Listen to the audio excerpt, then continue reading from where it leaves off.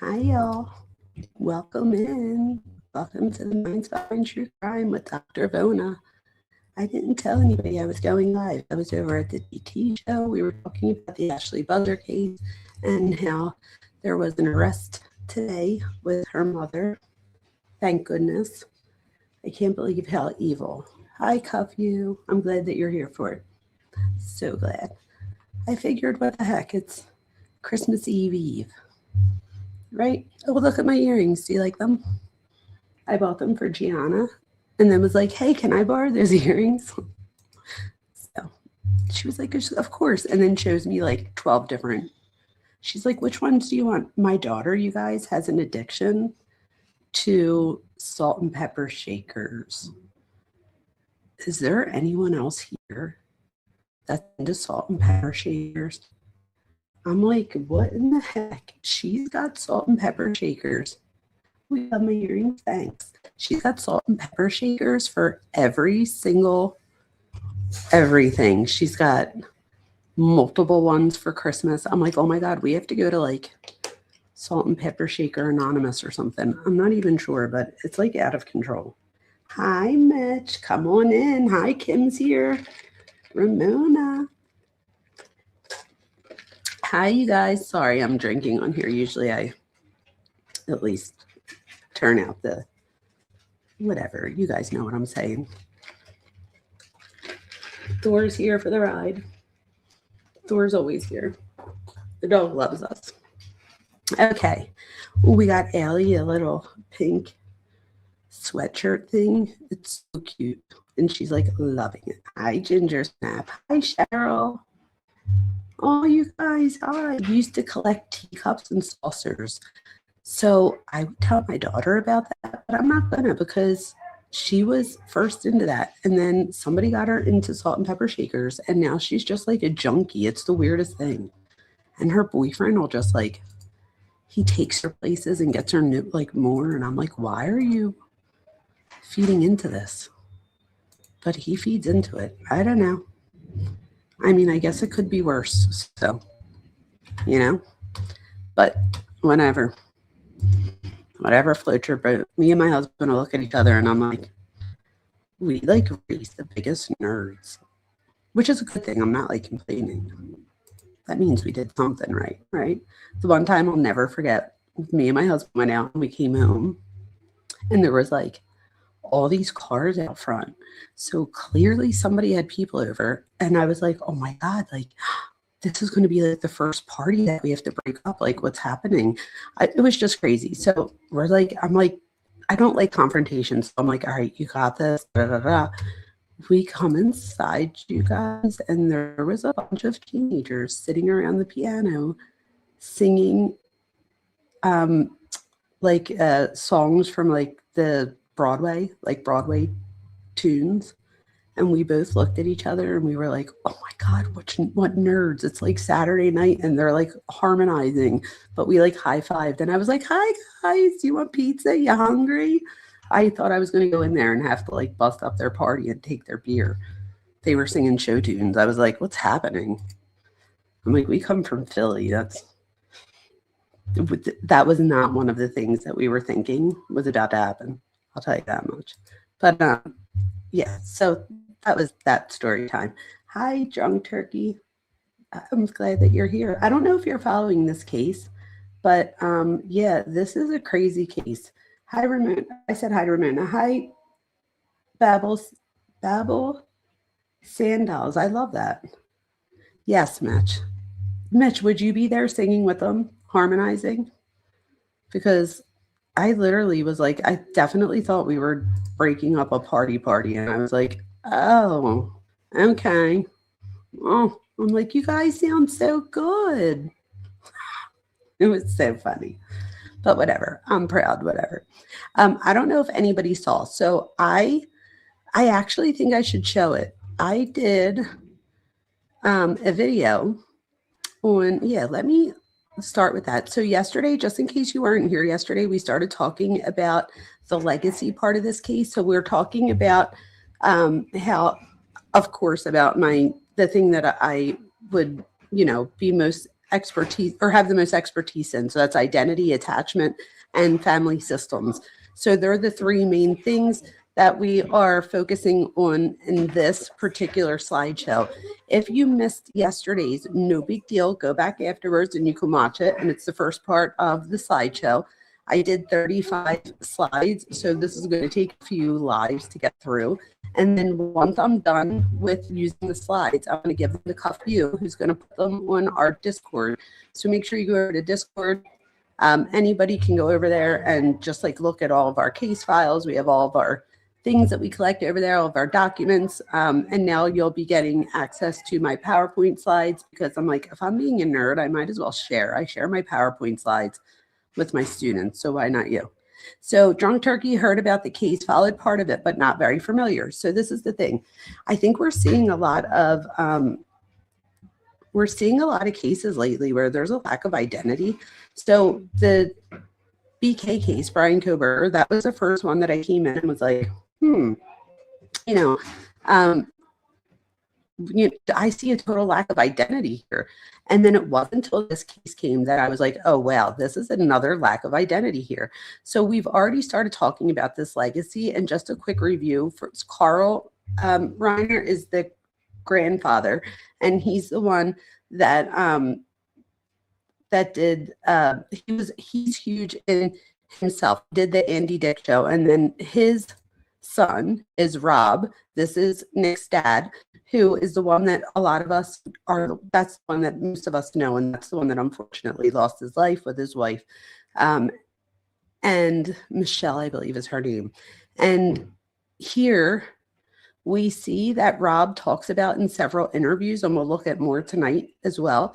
But we see that when Rob talks in his interviews, he talks about how he, like Nick, had an issue where he had to find, how do I do something in life where I can, come out of my father's shadow. And he says it's not even until he does his third movie, which was Stand By Me, that he felt like his dad looked at him and was like, I'm really proud of you. Like, you're doing this on your own. You got this. Hi, Harlot. Hi, Andrea. So he does come out of his father's shadow. And he goes on to have this beautiful relationship with his dad, which we watched the interview with his dad. We watched one of their last interviews together a few years ago, and it was amazing. So make sure you guys go check that out. And, the dad was so proud of him. With Nick, Rob, the dad, talked about being so proud of Nick as well. However, you can see a disconnect with Nick. So I do think that there is mental illness that we're seeing here. And I have a feeling that we're and again, this is speculation, but I have a feeling that we're going to see this play a huge role in his defense. And I think many of you would probably agree with that as well. So Nick, we did find an interview. There's a podcast called Dopey, and we've listened to that maybe 2 lives ago, where Nick goes on there a few times, and the podcaster that created Dopey put a compilation together. He put a second one together, which we'll listen to. I think that, yes, that's what I believe we have for tonight. We're going to listen to part of that. So he puts another compilation together, and you hear Nick in his own voice telling you things. And I think it's the only time so far that I've been able to find something where I feel like he feels like he knows what he's talking about. So I feel like he's identifying is what I'm saying. So when he's on this Dopey podcast, and they changed the rules of the podcast. So with the podcast, you had to be sober to be on the podcast and be in recovery. And there were a few times that he was sober from hardcore drugs, but he was still smoking weed. And at first they were like conflicted about it. They didn't know if that went against their model. And they were like, you know what? No, we're not going to do that, because we might miss really good interviews if we don't just accept people to come on. So they have other people on too, but they have him on quite a few times. And it's not until the creator of Dopey asks Nick, do you think your dad would come on the podcast, that Nick never, ever, ever goes back again. Not only that, the podcaster tried to reach out to him. He said probably 100 times. I'm sure he was exaggerating, but I think he was trying to get across that this wasn't just a few times. Like, he tried numerous times to get in touch with him after that and just couldn't. He said that he was sending him text messages like, what's up, dude? Like, I don't know if I offended you in some way. Like, and nothing. He got nothing after that. And he said he tried for like a long time. So that just shows there that when you hear Nick in these, you feel like he has a voice here and he has an identity here. So by, the podcast eventually asking for his dad to come on, it might have felt like, even if it wasn't, it might have felt like to Nick, like, oh, of course, that's what they want. My dad, they're not here to listen to me. And that must have felt really shitty, right? Because he feels this identity, or starting to feel an identity, and even that gets like ripped away from him. I don't know if I didn't tell you guys this. So after last night, guys, I stayed up for the whole, like, until maybe 6 o'clock this morning, and then today for a little bit. And I put together a video, which we are going to watch. I do want to show it. And because we are talking about with Nick that we do see different from his dad and his grandpa is psychosis. So we see possible schizophrenia or possible substance-induced psychosis. And we call substance-induced psychosis,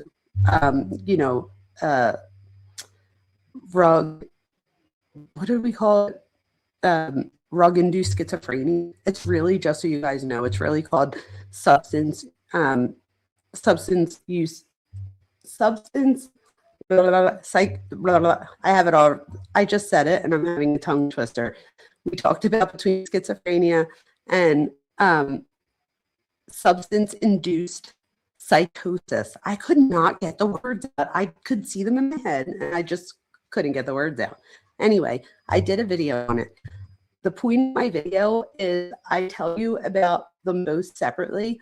And the reason I did the video is because after we hung up, or I said hung up like as if we're talking on the phone, but after I ended the live, I was thinking about it and I'm like, did they say that the schizophrenia wasn't diagnosed till recently? And I went to TMZ looking, and TMZ reports that he was diagnosed a while ago. So this wasn't a new diagnosis. However, there were other outlets that were reporting that it was pretty recent that he was diagnosed. So then I'm thinking, does it matter?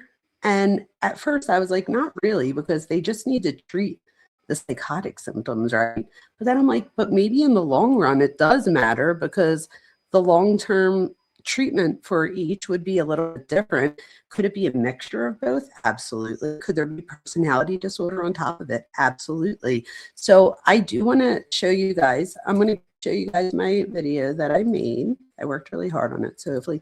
And this is the other thing. I know that some people are not into, what are they called? The AI voices. But just know that when a creator uses an AI voice, they're not working any less hard.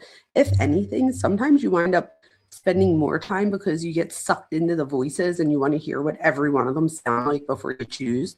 So you're like, oh my gosh, I should have just used my own voice. The reason that sometimes, and I don't use it all the time, but sometimes I'll use an AI voice, it's because it's the middle of the night, my whole family's sleeping, and in order for me to get across what I want to, I have to speak loudly, so on and so forth, and I don't want to wake people up. And I'll still have like energy to keep going. And I'm like, I'm not just going to stop working because, so I'm like, instead, I just generated an AI voice so I could put it in my ear and not wake anybody up. So that is the point. You hear an AI voice. That's probably what was going on. But again, remember, that doesn't mean that I worked any less hard on it. I promise you. If anything, like I said, you often get sucked into it. All right, so let's go to, I guess I should pull it up first. I'm going to pull it up. And again, this is, just looking a little bit into this, and then we'll talk about it. And while we do that, I'll also look at, well, let's watch this. But I was going to say I could also get the other video ready, but one thing at a time. All right, let me get to my videos. I know you guys can't see it yet. I'm just pulling it up. Oh, pause. All right, here we go. I'm going to pull it up.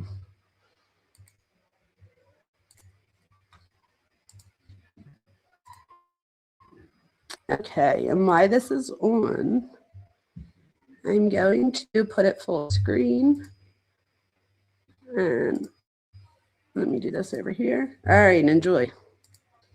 Everyone rushes for a simple answer. Was it schizophrenia or was it substances?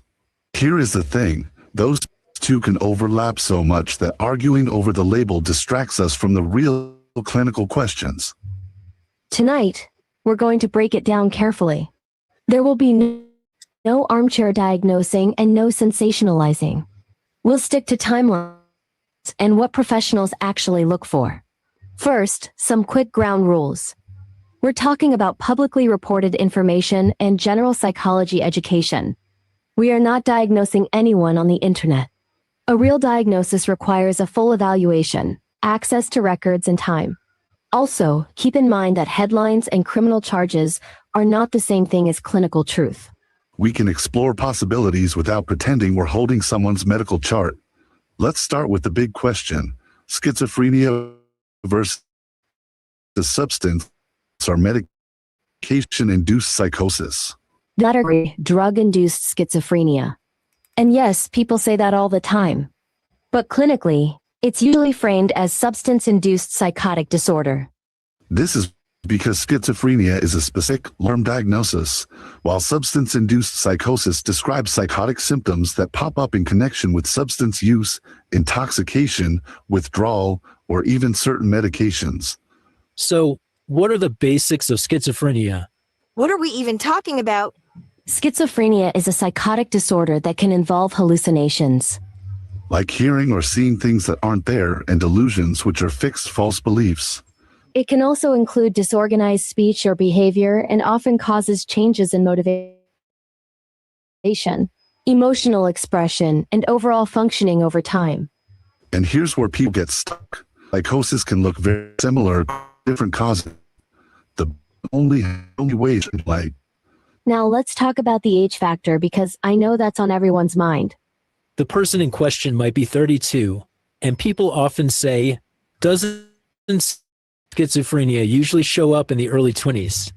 Often, yes, especially for men, but it's not a strict rule.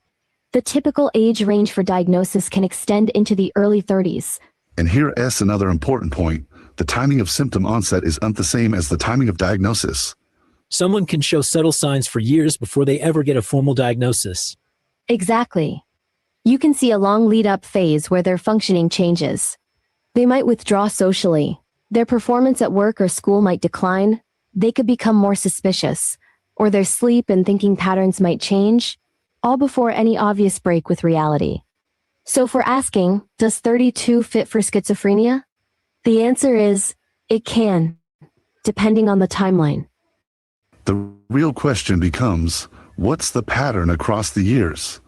Now let's decide, substance or medication-induced psychosis. This is when hallucinations or delusions develop during or soon after substance intoxication or withdrawal, or after exposure to a medication known to trigger psychotic symptoms.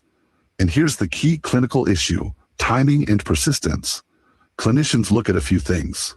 Did the symptoms begin during heavy use, intoxication, or withdrawal? Do the symptoms fade as the substance clears from the body and the system stabilizes? Or do the symptoms persist well beyond that substance window? Because if the psychosis continues long after stopping the substance, clinicians start to wonder, is this a primary psychotic disorder? Or did the substance just unmask an underlying vulnerability? That unmasking concept is huge. Some people have risk factors like genetic vulnerability, stress, trauma, or sleep disruption. Then a substance can act like lighter fluid on a spark. And let's bust a myth. Substance-related psychosis doesn't always vanish overnight. Depending on the substance, especially stimulants, it can last for days or even weeks.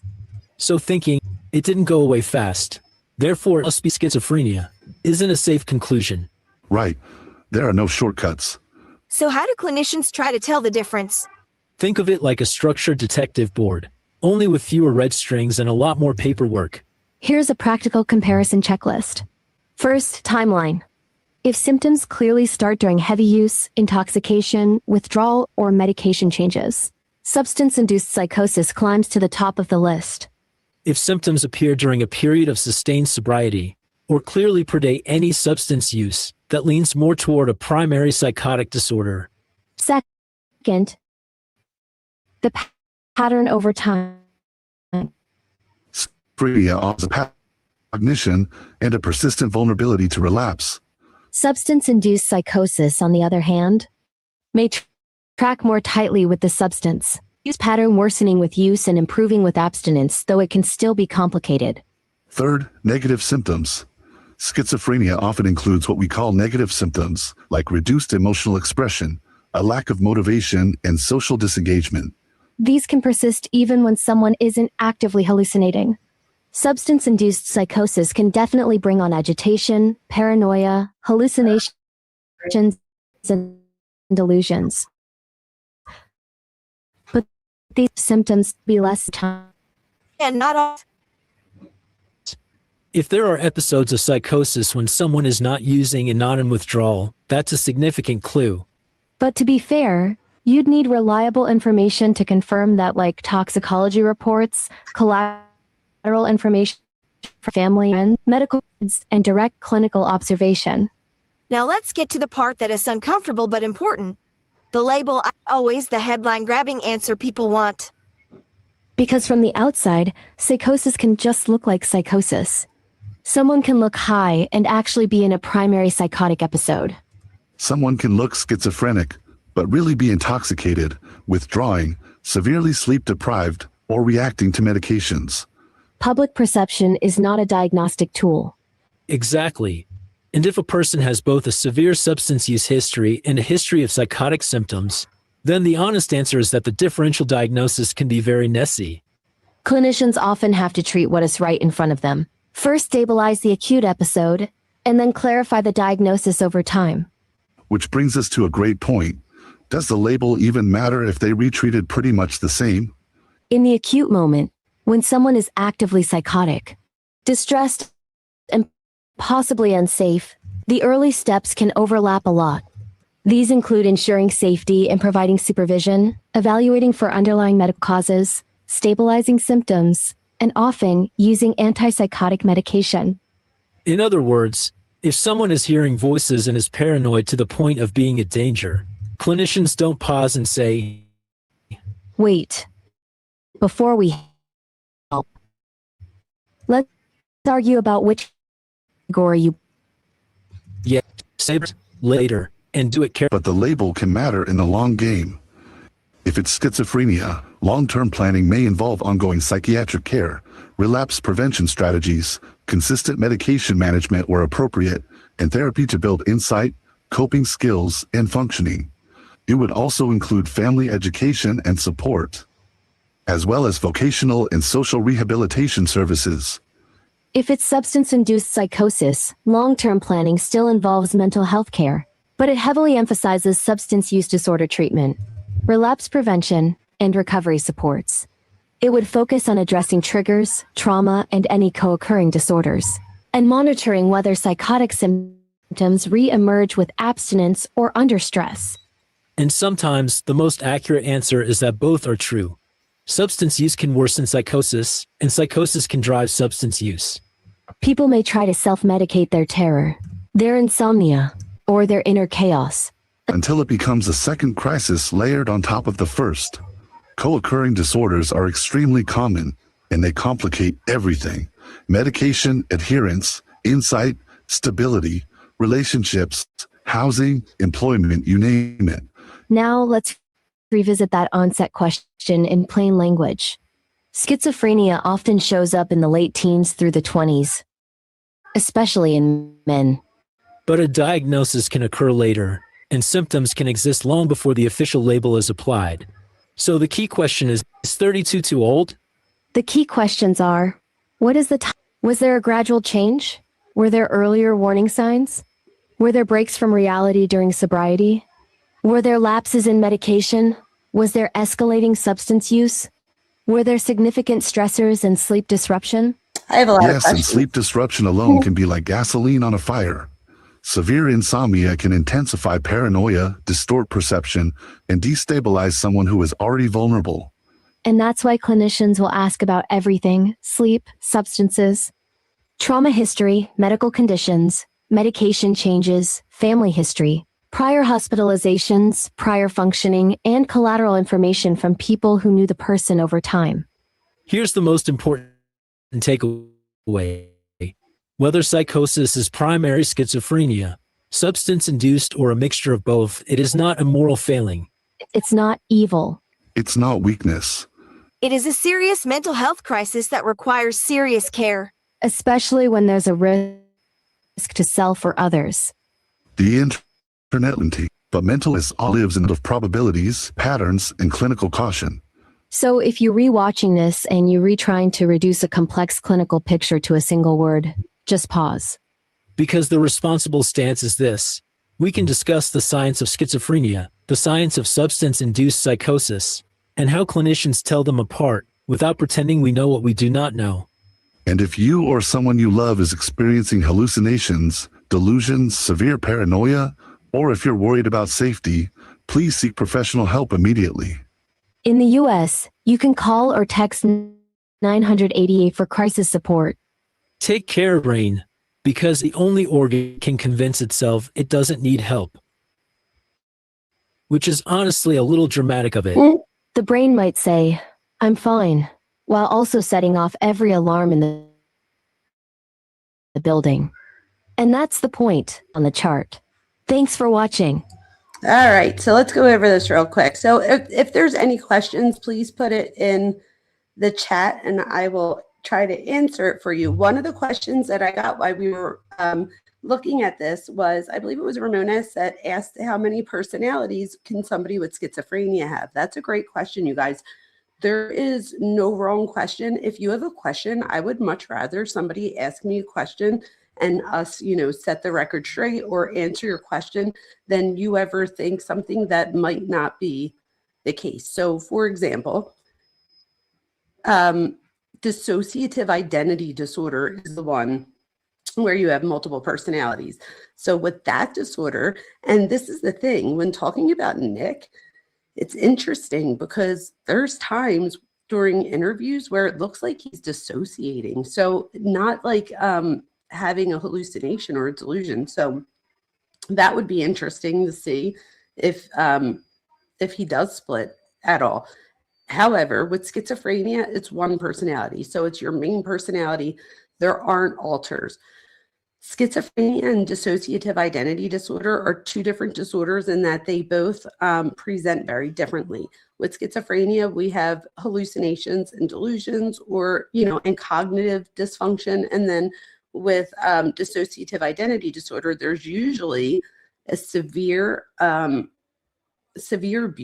And it's usually the S1, SA, over and over and over. And if you think about it, a lot of people that have been victimized that way in the past will retell their story and they'll say stuff like, oh my gosh, like I totally was like outside of my body, or it felt like I was outside of my body looking in and da da da. That's dissociation. So that's the beginning stages of dissociation.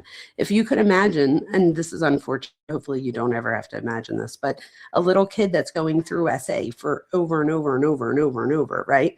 You could see how dissociation is used as a tool just to live, right? So, Joan, what do you mean, who am I?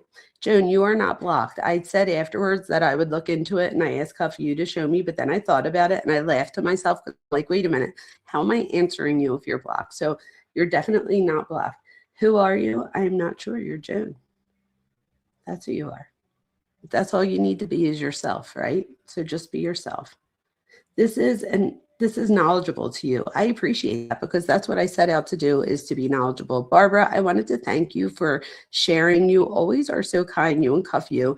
Well, all of you share, but I'm just saying, like I was reading in the chat, thank you both. I can't imagine as a mom how hard it must be to even, that has to be part of the things that, you've dealt with in your life or are dealing with currently for Cuff you. But I will say that your courage in sharing your story is what helps other people. So there's somebody else here that might not be actively, participating right now, or maybe they're listening tomorrow or something like that. So they didn't even catch it tonight. That you guys are going to help, because I leave the chat as is. So when you go back, you see the chat the way that it was during our time here. Of course, unless you say something inappropriate and it gets taken down. But I don't think we've ever blocked anybody, so nobody should ever be blocked. We're so glad you're here, Joan. We definitely are. I agree. Casey, hey, Casey. I think I said hi to you already, but I just wanted to say hi again. I saw your name again. So, but if there's any question, just let me know. That was a really good question about the dissociation. And hopefully you guys could see how dissociation is used as a tool to survive, right? I could see it. So how does it get to dissociative identity? And I don't want to get too off on this. We could do a different live on that, but it gets to that when your main personality is not using certain characteristics that it needs in order to get through. So for example, let's say that your main personality has a hard time being assertive and speaking for themselves.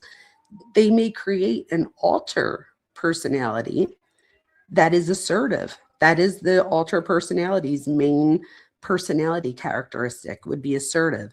So when this person feels like they're getting taken advantage of, so when the main personality feels taken advantage of, that alter personality can come out and be assertive and, try to defend that main personality. And that's how it starts. And then the next one starts with maybe when they're dealing with romantic relationships, they have this one alter because it's too painful for them to experience these things when they're in their main personality. And next thing you know, there is no answer for how many alter, when we're talking about dissociative identity disorder, how many alters there could be. Some people have 60. Some people have 2. So it just really depends. I will say that we often see it's very common to see one of those personalities to be the age of the person when they were being victimized. So you could be a 45-year-old woman and one of your alters could be a 6-year-old girl. And to me, that would be, what happened when you were 6.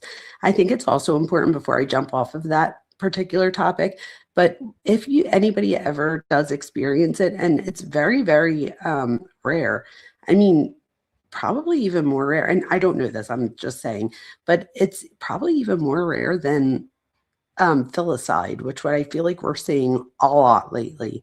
Filicide is when you kill your kids. Familicide is when someone in the family kills other family members. So maybe, mom and the kids, or dad and the kids, even themselves and the family. Do you know what I mean? So Chris Watts, familicide. And then Melody Buzzard that we're seeing here is going to be filicide. So not famil, but just filicide. So there's also things like infanticide. There's neonaticide. So that would be within the first 24 hours, because a neonate is just the medical term it's the fancy term for newborn. So like the NICU just stands for neonatal intensive care unit. There you go. How is the essay determined to have happened? By whom? Joan, that is a great question. So this is the thing. When it comes to essay, repeated essay on a child, unfortunately, the truth is it's usually done by somebody that the child knows. And it's usually somebody that the child trusts. So whether that be dad, stepdad, coach, it's not as common for mom, but it happens, right? We heard with the Menendez. I don't know. We don't know for sure, but from what's been alleged, mom did inappropriate things as well. Maybe not, to the level of what dad did, but absolutely SA, for sure.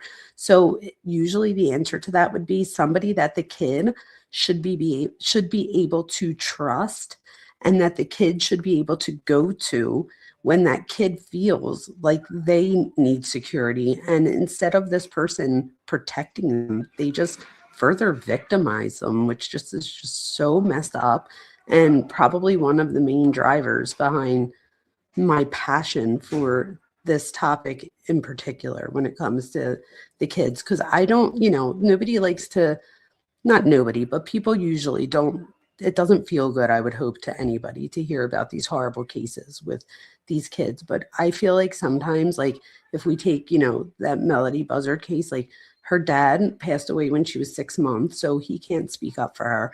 She doesn't have siblings. Like she has a sister, but that sister was removed years before.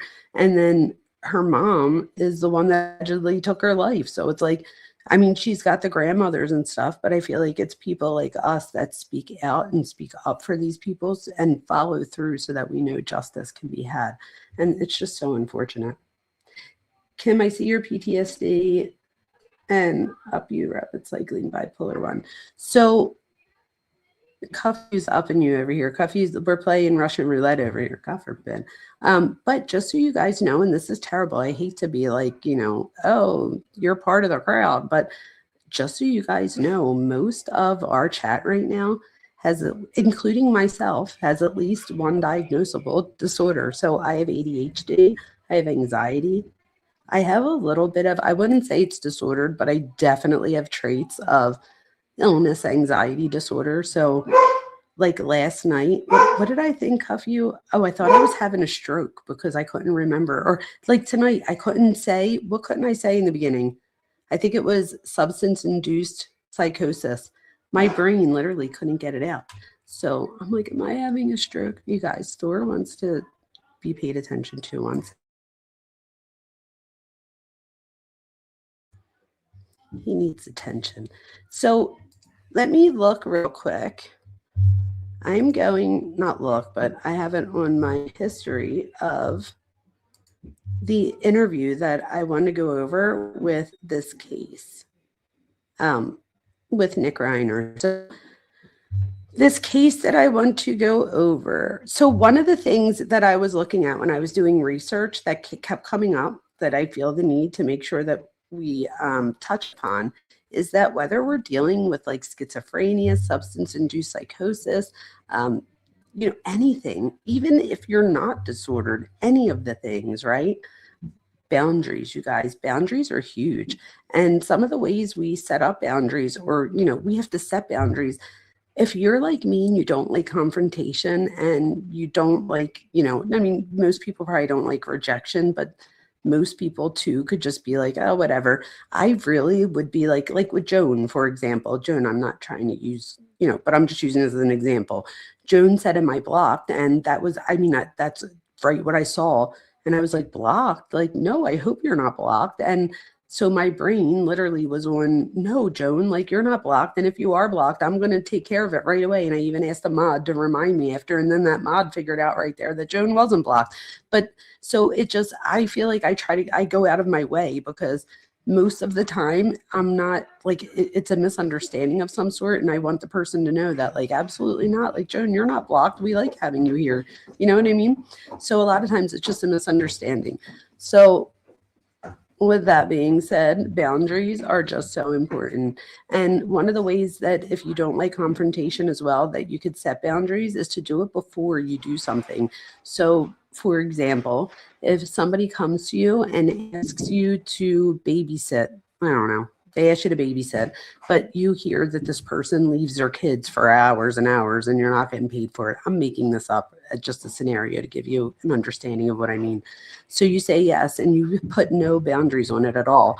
And then this person just, they ask you again tomorrow, and then the next day, and next thing you know, the kid's sleeping at your house type thing. And now it's hard for you to set boundaries because one, you're thinking to yourself, where's this kid going to go? What are they, you know, and you wind up putting yourself in the situation as if it's supposed to be your issue. So if before you even say yes to it, you lay the rules or your expectations, then you're less likely to have those boundaries stepped on or crossed. So even things like think about the last time somebody asked you for money, right? We all have that one person that we know of that asks for money and we know that we're not going to get it back. So I always tell people, well, this is the thing, because we're talking about substances tonight too, right? So I learned the hard way not to ever give someone who's addicted to something cash.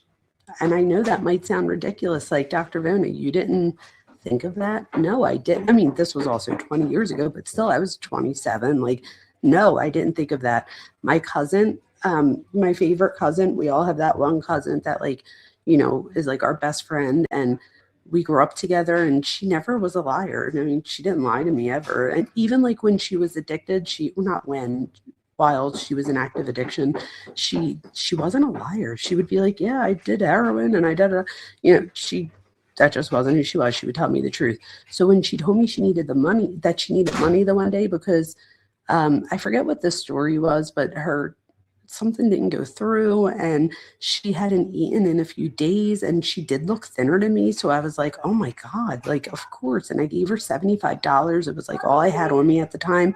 And I went home and I told my husband and I'm like, oh my God, I was like crying. I'm like, I feel so bad. Like she's not eating. She looks so, and he looked at me and went, did you just say you gave her the money? And I'm like, yeah, like, I work hard. I was like getting defensive and he's like, James, he's like, you don't ever give money. He's like, not to somebody with an addiction. He's like, you should have told her, I'll meet you at the supermarket or get her a gift card for the supermarket. You know what I mean? Even though afterwards he did say not even a gift card because somebody might sell your $50 gift card for $30. So he's like, literally, you either have to show up with the food or meet them at the supermarket and pay for the food there. So I learned a hard lesson that day. Years later, we talked about it and she eventually passes away.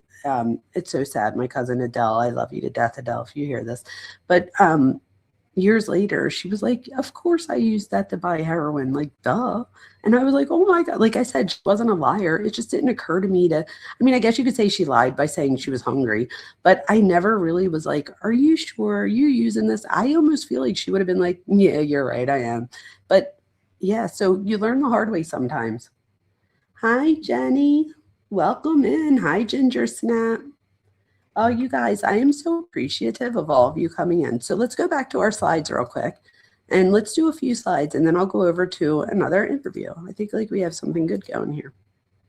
Okay, we did this slide, so I'm going to go past the ones that we already did. Oh, we talked about that.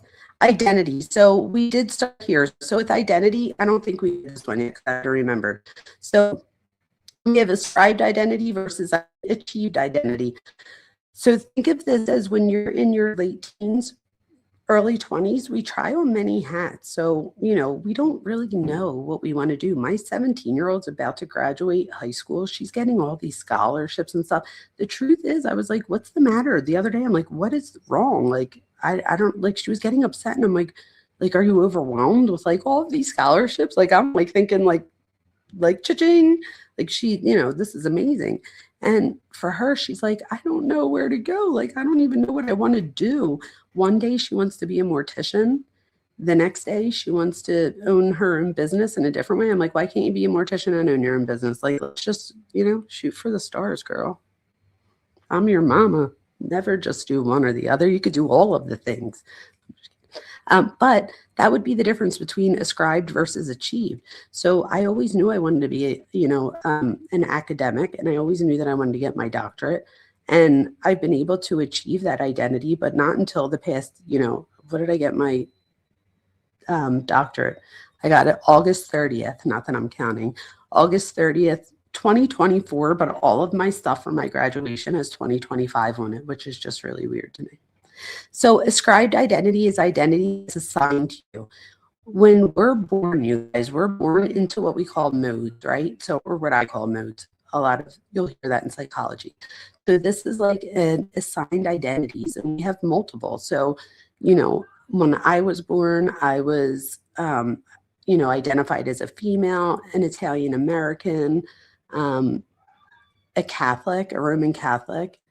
What else? Like these are the things that you don't pick, you're born into, right? Even with relation, like the middle child, I was the middle child. Some of you are probably the middle child as well. So these are the roles that we're born into. The thing today that we're seeing that's different than in the past is that today we live in an era where we don't have dichotomous roles like we used to. So like before, for example, you were born into a gender, whether you were male or female. Today, we know that gender can be fluid, things like that. Let's not get into all of it in this on the side chat. I hear you, but like because there is, I'm very sensitive to this because there are people who, I think the vocabulary is different and stuff, and I just don't think people are talking the way that they should. But my point is that in a world where you don't have to be male or female anymore, you could be, spectrum of things, right? I think for most people that's okay, but there's some people that need more structure and boundary, like I was just talking about before. And for those people that need some mold type thing, this could be like devastating for them, not having or feeling like they don't fit into one of these specific modes. So that's the problem with that ascribed identity. And you might grow up and realize, like, maybe you're like, I don't want to be Catholic, I want to be Jewish, or I don't want to study religion or, be religious at all. So we can change our ascribed identity into what we want to achieve. But whether you like it or not, we were all born into certain identities. So our achieved identity is the identity chosen through exploration plus commitment. So you need both. So this is values, competence, and relationships. Erik Erikson was the first one to really study this and put it on the map for us.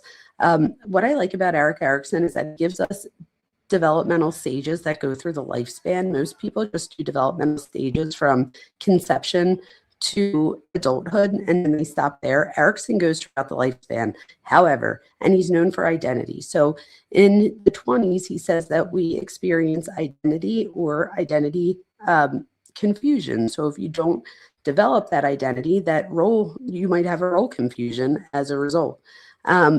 Marcia goes on, another researcher, to take this a step further and comes up with these different identity stages. So, and I believe I have a whole slide on this, so I won't get into them now, but it's like identity foreclosure, moratorium. The point there is that you have to have more than just exploration. You also have to have a commitment to get to an achieved identity. So meaning, like, if I just tell you, when I have students and I don't know what this is, and nobody get mad at me because this is just an observation, not a fact. I know that I got some nurses in the chat here. I don't know what it is, but I've been teaching at college and university level for 22 years, and it never fails. I will, in the beginning of the semester, I'll like talk to my students while we're doing the syllabus and stuff. And I always make a joke, and I'm like, this is a real time for you to explore your options. Some of you might not know what you want to do when you grow up. I don't even know what I want to do when I grow up yet. You know what I mean? And that's okay. But you need to explore. Don't just become a nurse because your mom told you that the 312s would be good for you and that you can still have and you have to see, I will always get like a handful of students whose face changes, like, and I'm like, nursing student? And they're like, yeah. And I'm like, so this is the thing. So of course I have nursing students that want to be a nurse, and they're the ones that signed up for nursing. But I do have a lot, and I don't know what it is about. I don't know if it's just that the colleges and universities I work for are heavy science majors. So maybe it's more of I don't know, but I have students that are in all different fields, and for some reason it's my nursing students, because I've done the thing, I've asked other students and most of them are like, they don't feel it. So I don't know if there's something about that. I don't know if anybody has a theory or a hypothesis, an educated guess. So when my son was homeless, oh, Barb, I'm sorry, and wouldn't come home, I would cook food to take to him. I didn't know what else to do. Barb, he was so lucky to have you. Barbara is such a blessing, you guys. Her sons passed away. The one had his life taken. Well, they both had their life taken, right? The one succumbed to his addictions, and the other one was murdered. And we still don't have justice for him. So Timmy, I don't know why I'm about to cry, Barbara. I'm sorry. I have such love.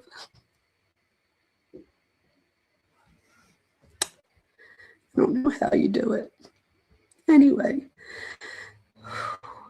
Cuffy says, when I was in nursing school and did my psych rotation, I got the only patient in the S lockdown. Oh my gosh, Cuffy, that must have been. Whew. Okay, so we have a channel in the Discord that can tell you all about Barb's son story. So sad.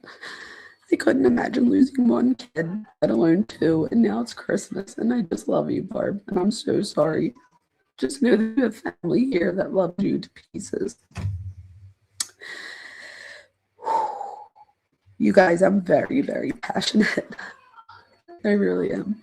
I'm passionate and appreciative of like two characteristics I hear often. So in a high visibility, I'm just going to shake it off. In high visibility families, the ascribed can swallow the achieved. So you might want to be a musician, or you might want to be an artist, but your family is just like not having it. So you never fulfill that dream.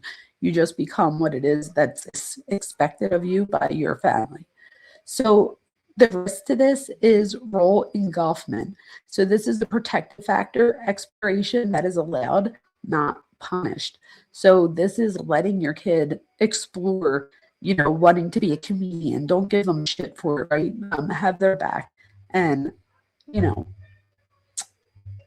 support them. These are the 4 identity statuses that I was telling you about for Marcia. Use these as a lens, not a label. So we have foreclosure, diffusion, moratorium, and achievement. Foreclosure is when you make a commitment without exploring. So for example, you inherit the script. So somebody tells you the family business. That's a great example for this one. You have a family business. It's 100 years old, and it's just assumed that you're going to take it over. It's our family business. That would be a commitment that somebody's expecting you to make without having you explore, like, do I even want to be a business owner? Like, and if I do, is this the business that I want to open? Do you know what I mean? So that is one of them. I don't know. One sec. I'm asking my daughter to take care of the dogs. Okay. Then we have diffusion. So diffusion is no exploration and no commitment. So you don't have a self. And this is what I think we see with Nick here, right? So he doesn't explore all of the possibilities. You can say that there was a little bit of foreclosure at first, but I think his dad was just trying to help him. I don't think he meant malice. But his dad tries to do that movie with him, which you guys, the other night, yesterday, when we hung up our live, that's what I was starting to say earlier. I watched the movie, and I'm being honest, I had to rewind like 2 or 3 parts a few times because I was also editing a video. And what I realized was I obviously lost interest a few times. So it was hard. And then when I was watching, I'm just going to be honest, it's hard to watch. It's like uncomfortable to watch. It's almost like, when you're watching the interviews of him and his dad, and there's parts that almost look uncomfortable to like watch. It reminds me of that. I think it's worth watching because I do think that I think it's worth watching, especially if you want to understand the case. And I will probably watch it, a few more times, and write notes and make a PowerPoint and all the things. And the reason is because his dad is the dad role there. And they both say that this isn't, a specific true script that they're going off of, but it's more fictional, based on the experiences that they've been through, but that is dramatized. So I do think, though, it shows you it's like a huge like lens into, or view into, their personalities and things like that. So, and I also noticed from all the research I've done that the dad is very political in nature. And he even was asked, I think it was by Dan Rather, if you never did this, and you got to explore other possibilities for a job and a career, what might you have chosen? And he says a politician. And that's what the dad is in this movie. And then for Nick is, he uses substances. Meanwhile, I asked my daughters if they could help me, and my husband's the one that gets up and helps me. But yeah, I don't know, kids. Anyway, so for Nick, I do think that, you guys should just watch the movie. And again, don't expect it to be like a thriller, but And I also think there's a mismatch of a lot of things too. So like Nick explains it as like a funny movie, and it's not funny. There might be like a few parts where you're like, but it's not like you wouldn't, like, at least not for me. I would have not, like, that wouldn't have been a comedy in my opinion. But I think he thinks that it is. And he's like, there's a lot of funny things that happen in treatment and stuff. And I'm like, huh? So there are some mix matches there as far as what you would expect and what you see. So that's interesting. And I'm sure I'll be going over it live at some point. Moratorium is exploration in progress. So this is messy but healthy. So this is when you're exploring, you're committing to little things. So think of this as like your internship, right? So you've committed to a specific field or profession, and this could be anything. This doesn't have to be something that has to do with college, right?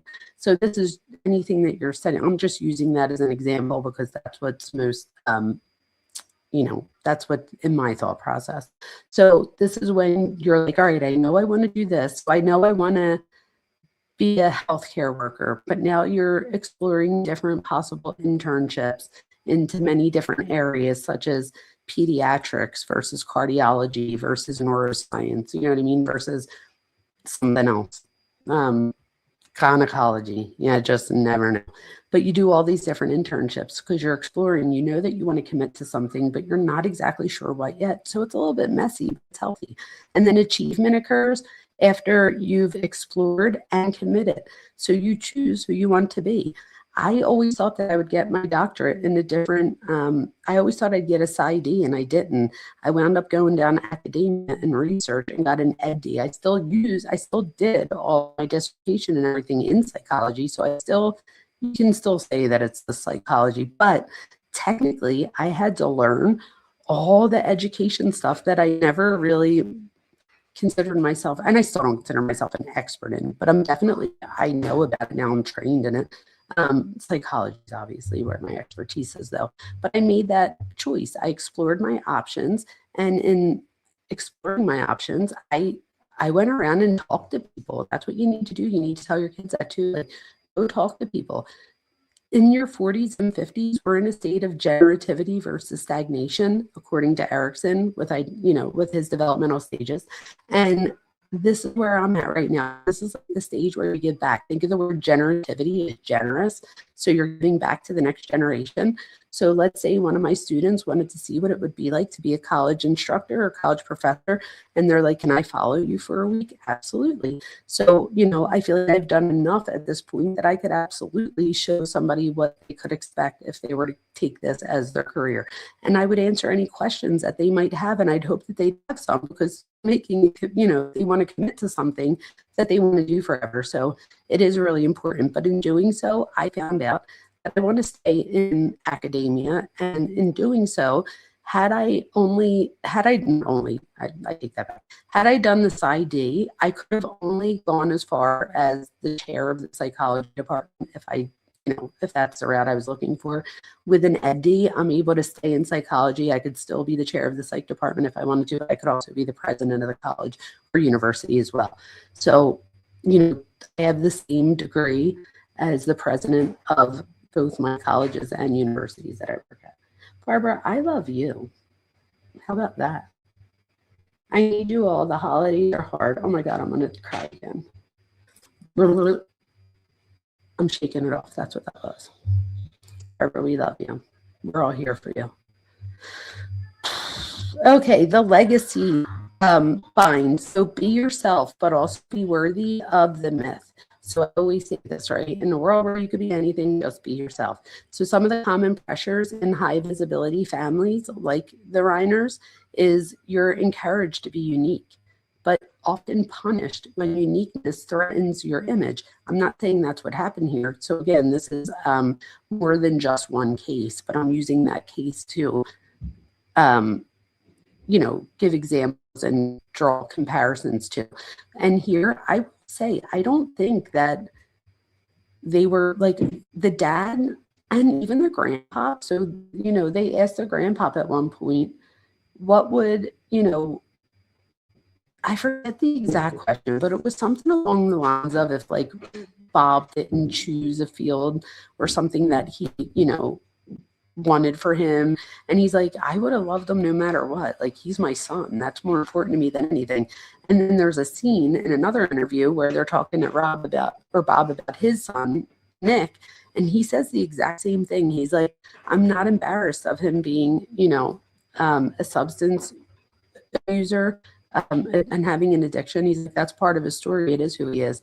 So there are people out there now, and I do want to ask you guys, what do you guys think as far as, do you think it was a slippery slope? I know that there was good intentions here. I don't know if you ever heard the saying, the road to hell was paved with good intentions. So I'm not faulting anything. We're looking now in hindsight, right? Hindsight's 2020. Does anybody feel like doing this film together almost was like setting it up for failure? And let me tell you why I'm saying this. One of the biggest things is it's Nick's story. And in the interviews, when people ask him about it, he often says things like the dad will say that he'll be like, oh, I, deferred to Nick when I didn't know about this or that because he's the expert. This is his story. This is very much his baby. And Nick would say stuff like, well, you didn't tell me that then. And I'm like, oh, hang on. Like, that's probably something you should have said off camera. And other things. So, he made it seem like, although, because he even says that he had 1/3 of the, he had 1/3 of the decision making when it came to what to put in, what to take out. But he then says, but I learned that the director is the one that at the end of the day makes the final call. He's like, so I would maybe tell my dad what I was thinking, but he's the director and he's the one that made the final call. So I guess my question here is, would this have been an opportunity to give Nick an identity? However, in doing so, as a director, you're the one in charge. So again, I don't think that there was any malice here by any means, but I'm wondering if it did more harm than it did good. And again, not knowingly. Oh, I am passionate. You have no idea, Ramona. I love you too. I cry for you too. So you're encouraged to be unique. I already said that. Comparison becomes constant. So not am I growing, but do I measure up? And they're two different things. So am I growing versus do I measure up? So think about that. So it's one thing to say that this is all part of my maturity or all part of my development. It's another thing to say that I'm trying to measure up to or live up to someone else's expectations. Autonomy can be misread as rejection sometimes, you guys. So if you diverge, you might not belong. And I think very much here, Nick diverges to find an identity, but in doing so, it's almost like he does reverse.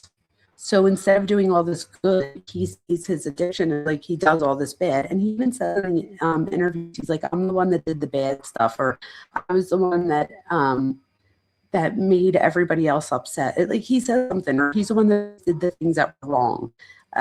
You pick it up in the interviews. I think Truth, I think he hated himself because he wasn't as talented as his father. Truth, this is the thing. I don't think he ever explored his talent. So he even talks about how he drops out of high school. He goes back to get his GED, which my husband did that. I'm sure a lot of people in here, believe it or not, people are always like, wait, what? My husband's brilliant, but we live in Philadelphia. A lot of guys dropped out of high school. As long as you go back and get your degree, right? Or your GED. That's what he does. And he's good now. He's a union iron worker. But Truth, I would say, I don't know that he was given, maybe he had the resources to explore, but I don't know that he did that. So, and I don't know so who does that fall on then? Does that fall on him? Does it fall on the parents? Are they supposed to sign you up for things? I mean, so I guess that's something we can go back and forth on. But I think for the dad at least goes out for these different auditions, right? Because he gets all in the family, which turns out to be a huge success. And then, you know what else I thought was interesting? In the interview with Rob, in the one interview, he goes on to talk about how Dan Rather was, and Dan Rather says to him and says to the dad, were you ever afraid, to the grandfather, rather, Carl, were you ever afraid that by having such a strong political view that your son would ostracize like half the country? And that's when the grandpa was like, no, absolutely not. And then they asked Bob about it, and he says that that's why he built his own, or not built, but like opened his own produced his own company, his production company, you know, stuff like that, so that he didn't have a boss, because he knew that that was a possibility, and he knew that he wanted to be able to explore those things. The thing is this: if I was in the same situation, I wouldn't have been financially able to just be like, I mean, maybe from my home, the family money, I don't know how much it would be to, you know, produce your first movies. Like, he had to go through a few movies before he started really making a profit. So I don't know. So I already read that part. Result: identity becomes performative. So manage self rather than integrate it, own self. So I think that's what we see with Nick, you guys. It was more performative. It was like he was the director of that movie, or the partial, you know, he was the writer, stuff like that. But at the end of the day, the dad says that he gave him like 100 pages worth of script, and that it was Rob that goes through and fine-tune the script into a movie. So here's a chat poll. Ready? So listen up. Wait, let me do some sound effects for this. Ready, you guys? Drum roll, please. Okay. So for you, legacy feels like A, a gift, B, a cage, C, both at once, D, depends on the day. So again, legacy, so your legacy feels like A, a gift, B, a cage, C, both, D, it depends on the day. So let me know what you guys think here. And think about it, right? Your legacy is what lives on after you're gone. And if I mean, it's depressing sometimes to think about. Sometimes I'm really like, I work 1,000 hours a day. That doesn't make sense, but you guys know what I mean. And I'm like, at the end of the day, it's like ashes to ashes. I don't know. That sounds so depressing, but I'm like, your legacy is what lives on. Harlot, you do have a legacy. You absolutely have a legacy. I'm so glad that I asked this question, because Harlot, you're not the only one out there that doesn't feel like you have a legacy. You guys, you don't have to be a doctorate, you know, or you don't have to be a doctor or a lawyer or a director to have a legacy. You know, just being a good citizen, you can have a legacy. You have a huge legacy just online. God forbid something happened to you, touch wood. I'm like touching wood over here because I'm so superstitious. But if God forbid something happened to you, like, that would affect so many people. So that's the thing. I don't even think that we've realized the effect that we have on others. The fact that Barbara even saying something was enough for me to just break down, like melt. That just shows that you know, you guys have such an amazing ability to connect with others and to form these amazing attachments and friendships. And this YouTube channel or these YouTube streams would not be the same without any of you, especially a Harlot, okay? So you do have a legacy. Truth, you do have a legacy, but I almost just said bitch. That was funny. Thank God that was the truth. Truth, did you just hear what I said? I said, you do have a legacy, bitch. You do. Nobody's smoking your legacy, Truth. You might be smoking your legacy, but that's about it. So I'm glad that we talked about this then, you guys. So we have a lot of A's, a gift. I'm glad if you said a gift. That's good. So the people that did answer was a gift and depends on the day. So, and the other big one that I didn't put here was that I don't feel like I have a legacy. And this is my thing. You do have a legacy. You absolutely do. Even if you don't think that you do, I challenge you over the next few days to be observant of your surroundings and think about all the things that you contribute to the world, whether it be to your niece, your nephew, your kid, your, anyone, somebody online, to me, right? You all mean something to me. So there's not one person that can't get off of here and think like nobody cares, because I definitely care. I know that I obviously can't be there for 4,300 people all at the same time, but when people reach out to me and I'm there. And hopefully you guys see that I will go out of my way because I do care. Legacy is something a person leaves behind. It continues to have an impact after they're gone, not just in the literal sense of death, but also after they move on from a place, role, or a stage of life. I love that, Cuff You. Hold on, you guys, look at this. So Cuff You, thank you so much. This is perfect. Legacy is something a person leaves behind. It continues to have an impact after they're gone, not just in the literal sense of death, but also after they moved on from a place, a role, or a stage in life. I love that. So I'm trying to think of an example of this, and this is so corny, but I think of high school and like cheerleading, and trust me, I did not peak in high school, I promise you. I'm not one of them. But cheerleading was like, competitive cheer was a big thing to me. You guys have probably heard me say before on here. So much so that like I'll talk to people today and they remember that. So that's like, I feel like that's part of, like, we went on to like win the big national title. Like, so I feel like I'm part of that legacy. So think of it that way too. You could have been a kid, you could have been in high school and been a part of the choir, right? And a choir has a legacy. So without you, that it wouldn't have been the same. So I don't know. I want you guys to think about your legacies over the next few days.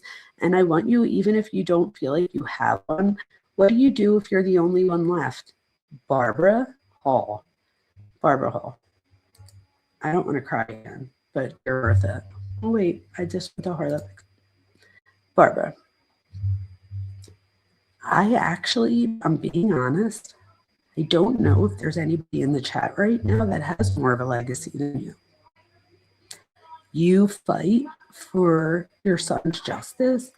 Everybody knows you in your town, right? And where your son obviously lost his life, you go to the court, you protest, you do all the things. You've left a legacy already, I promise you. So even though you don't live where that courthouse is anymore, your legacy is there forever. You have carved your legacy, I promise you. And I hope to God that part of your legacy winds up being getting justice for Timmy. And it will be, right? It will be. That's what's going to happen. But at that rate, even if let's say even someday it never got, the case never gets followed through 100%, you can leave this world knowing that you showed other women and mothers what it means to keep your word as someone who protects your kids. And if that's not a legacy, I don't know what is. Barbara, you have a legacy. I think that's what's important. I'm so glad we had this talk tonight, you guys, because I think that's important. There's so many others out there right now who maybe, think about it. Barbara's, both of her children are gone. Like, what the, you know what I mean? So in that case, I couldn't even imagine. But in that case, fighting and turning, like, I think you said to me the one time, and please correct me, Barbara, if I say it wrong, but you said to me the one time, you said that you've helped more, your son has helped more people now. Maybe I'm mixing it up, but whatever, your son's story now has helped more people in his death than it has in his life. And if you didn't say that, I'm saying it for you. none of us would know who your son was, right? If he was alive right now. And I'm not saying that in a way, either way, you know, but the fact that he's not here, you're sticking up for him. And there's people all over these YouTube streets that know your son's story because of you and because of your commitment to get justice for him. So we are all holding you tight, like Cuffy says. And thank you so much for being a part of the community here and trusting us with your story. And I hope you know how loved you are and that you have a legacy big time. And you've already carved your legacy. And again, I think what Cuffy said was so important because you don't have to physically pass on to leave a legacy. You've already left a legacy in that town, right? They know who you are. So when you come, they're not like, who's that lady? Like everybody knows who it is. Like, oh, here she goes again. Oh, look who it is. Look who's here. Like they know that you're coming. You know, people are like, don't schedule me that day. Barbara's going to show up and give me hell. You know what I mean? Like they know that you have a legacy when people know who you are. And they know who you are because you demand that your voice be heard. And that's what's going to get your son justice. I promise you. And I hope to God he gets justice on this earth at some point. But I hope we can all, you know, believe that at some point he will be judged. Oh, yes, keep his name going. Yes, Timmy D. Keep his name going. Oh, Barbara, I don't want to cry. And I know you feel left behind, but it's these lives and stuff like that where we talk about your son that you're like, this is all keeping your son alive. And just think of you as, even if God forbid something happened to you tomorrow, touch wood, I'll make a promise to you right now on these YouTube streets and to your kids or whatever, we won't let this die. So that's your legacy. You being so outspoken for your son has now at least made, and I know Daniel wouldn't quit either. So you have two totally different YouTube channels that I know for a fact would never, ever let this go as long as we're breathing. So that in itself is a legacy. Oh, February 28th will be 4 years. And you'll be there. And I bet you there's going to be people that take off that day, Barb. I'm sure there's people that save their vacation day for that day because they're like, Barbara's going to be here and she's going to give me shit. So I'm just going to be sick that day, or I'm just going to plan my vacation for that day. That just shows that you're being heard, right? And that you're making a difference. Oh, Barbara, if I lived close, I would be right there with you. I wish I could be. Oh. So the attachment stuff, you guys, I think is so important that I think that needs its own like live. So let me just look up this video real quick and then we'll wrap it up after that since I already was live. If anybody didn't watch, I was live on DT tonight too. Let me show you guys an example real quick of this. Okay, this will give us a little bit of what the. All right, ready for this? Oh, you're.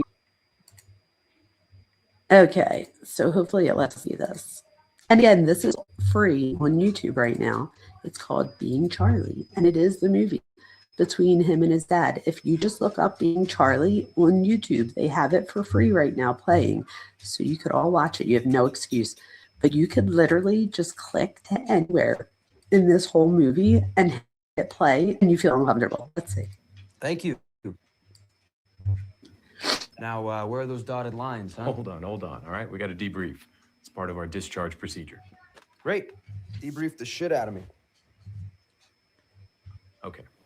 Do you have someone responsible to transport you to our sober living facility? Absolutely. Come on, fuck it, pass the blunt. Come on, motherfucker, said pass the blunt. So he's thinking of who's going to come pick him up, obviously. Very responsible. Fine. If you'll just sign here, and you're all set. Okie dokie. Well, it's been real, Drake. You have fun holding down the fort. Okay? Oh, I will, Charlie. And unless you're a speed reader, I'm sure you missed the part about fraternizing with people from this facility and how it applies to when you leave here as well. Yeah, shouldn't be a problem. Good. But just in case, I went ahead and let your sober living house know about your friendship with Eva. I let her house know as well. Now, friendship during sobriety, not a problem. Romance, however, tends to get in the way. But like you said, that shouldn't be a problem, should it? Yeah, right. Good luck. Okay, so even watching that part, right? Like, he's leaving treatment in that moment, and I'm sure that there are people that, you know, when they're asked, like, do you have somebody to pick you up, they're thinking in their head, like, yeah, my friend that I'm about to get high with again. But that's not everyone's experience. And I feel like he brings part watch. So, you're finally free. How do you feel? Actually, not that shitty. Can you just say good like a normal person? Normal people don't move into halfway houses. Let's get the fuck out of here! An all-girls halfway house. I think you might be onto something. You're an idiot. What? Pussy Island. Dude, this is not some slutty sorority, okay? You don't just fall asleep with a boner and wake up with a girl on top of it. So these are the things that he's thinking people are going through. She knows you're coming. Yeah. Text her. Yeah, I told her I'd come by right after I got out. Told her you're making a beeline here? Dude, so desperate. Stop. It's too eager. Stop. Can you just wait in the car, please? Fine. Remember, less is... So I guess when he was in treatment with this girl or whatever, he tells, like, when I'm out of here, I'll come, like, find you or whatever. But he clearly, that's the first place he goes. Hi. Can I help you? Yeah, I'm looking for somebody. You, Charlie. Yeah? Eva will see you at a meeting. No, I just wanted to say hi. Have a great day. Fat fucking whale! Hey! You know, you shouldn't talk about whales like that. They're an endangered species. Go around and wait for me, okay? Yeah. Okay, so I think one of the things that you'll see as a recurring theme during this film too is that he makes it seem like he alludes, right, so we know that relapse is a part of recovery, but I almost feel like he used that as an excuse to use. Does that make sense to anyone? So we do say that in recovery, right? That relapse is a part of recovery. And the whole point of that is to let people know that, wait, he did, you help his, oh, well, Casey and Cuffy are close together. You bees are in Florida. I'm peanut butter and jealous over here. But anyway, I'm just kidding. So Charlie over here, I think that Nick, when he writes this, he says, again, remember you guys, he says this is a comedy. And this is what he thinks is most people's experience. So she gets out, which she shouldn't be doing, clearly. Who's that? That is my piece of shit best friend.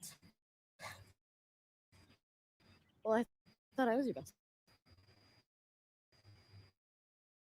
He just had my POS.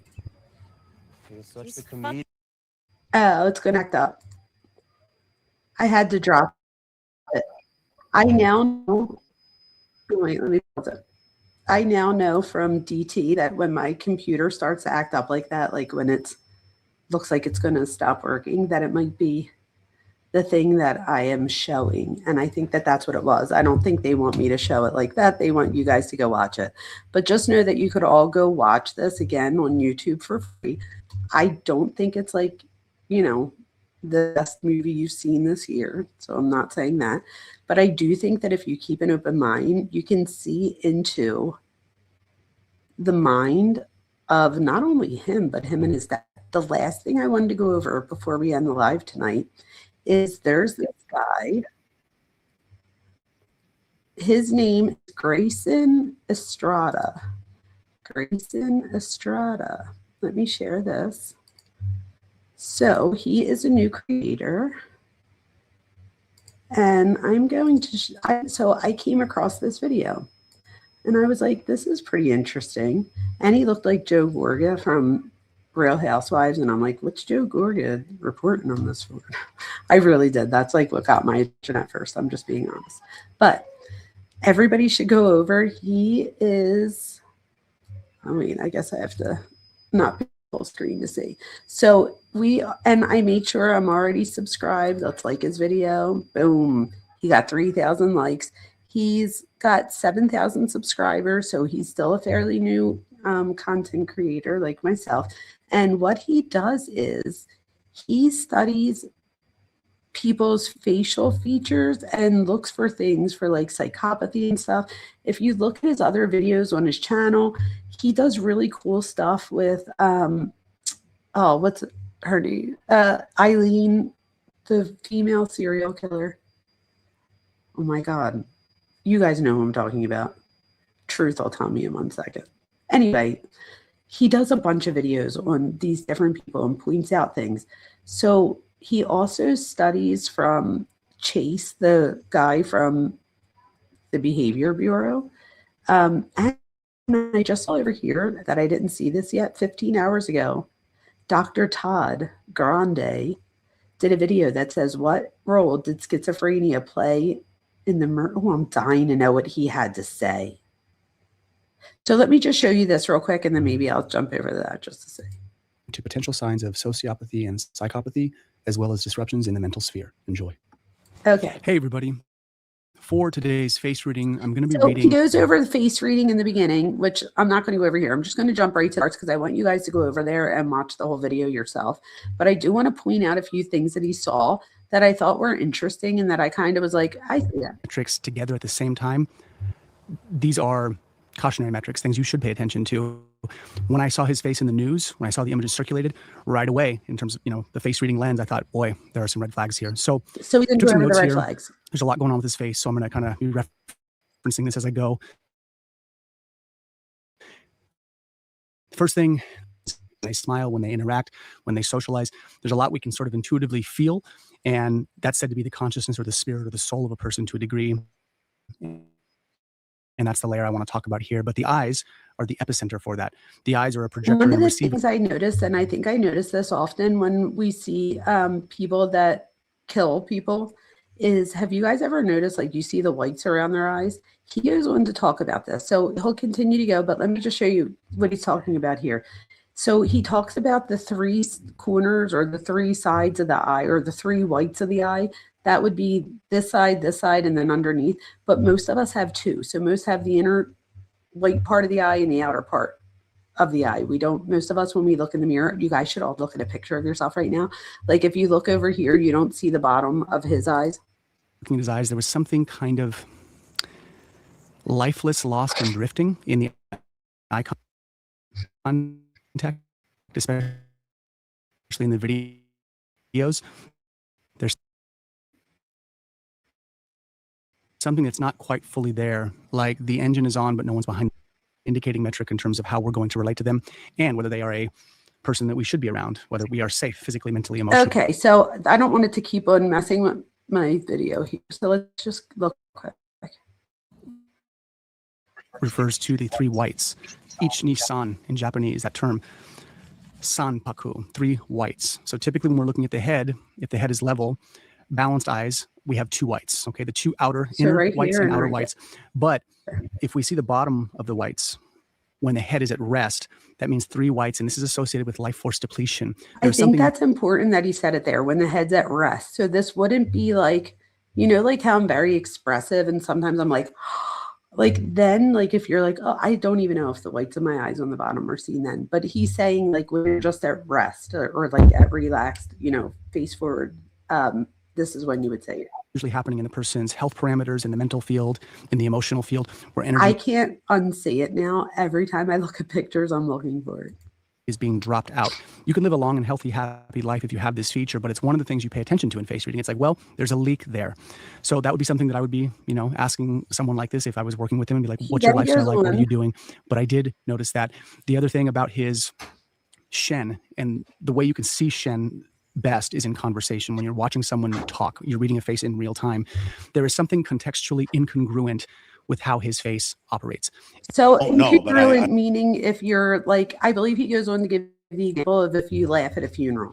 But look at him here. I think that, and you'll see it in the film, what happens is he looks so dissociated, and Like, imagine if you were right now, and again, I don't know, this could have been their 15th stop that day. I don't know, maybe he's tired, but I'm assuming that if you spent all that time and effort creating a movie, that you'd be in the top of your game at this point when you're trying to sell it to everyone. But take note. You know, if your kid is going through rough times, you know, the parent is your main job is to keep your child safe. So I would do anything. I felt at a loss. You can see in this video that there is something off in the way his face is responding to this conversation. This video is taking place in front of a lot of people, sort of like an interview panel, film panel type thing. So that was the other thing. When his dad is talking, there's a point where it looks like he looks away and his eyes dart. There's something off in that. And I think most of us can see this. You don't have to be a face reader to notice these things, but it reminded me of people that I've seen who are schizophrenic, who are hearing voices as well, where it's almost like they're being talked to, or they're hearing something or seeing something. And so again, this is kind of a red flag in the context. So what do you guys think about that? I know some of you have experienced with schizophrenia in your own lives, you know, with loved ones, things like that. What do you guys think about that? Could Cuffio, I've laughed loudly at a funeral too, but I'm also Italian and we talk about the craziest things. He does, Jamie. Oh, I thought you were talking to me. I'm like, I'm Jamie. Jamie says, there's a thing called 1,000-yard stare, and Nick has it. Yeah. Yeah, you guys have to, you have to go watch him. True says, dude, he isn't even paying attention to his dad. That's what I'm saying, right, Truth? Like, if you were out there and you were trying to sell this movie that you just spent 2 years making, like, you think you would, I don't know, fake it? I'm going to be looking at everyone's eyes now. I know, me too. I'm going to be like, look at me when I talk to you. It's a face reading when you see that contextually incongruent facial movement. And then eyebrow flash. About. Okay, when we do this, okay, you can this see, is a good sorry, one. the exposure from the light's not great, but when we move our eyebrows, we get forehead wrinkles.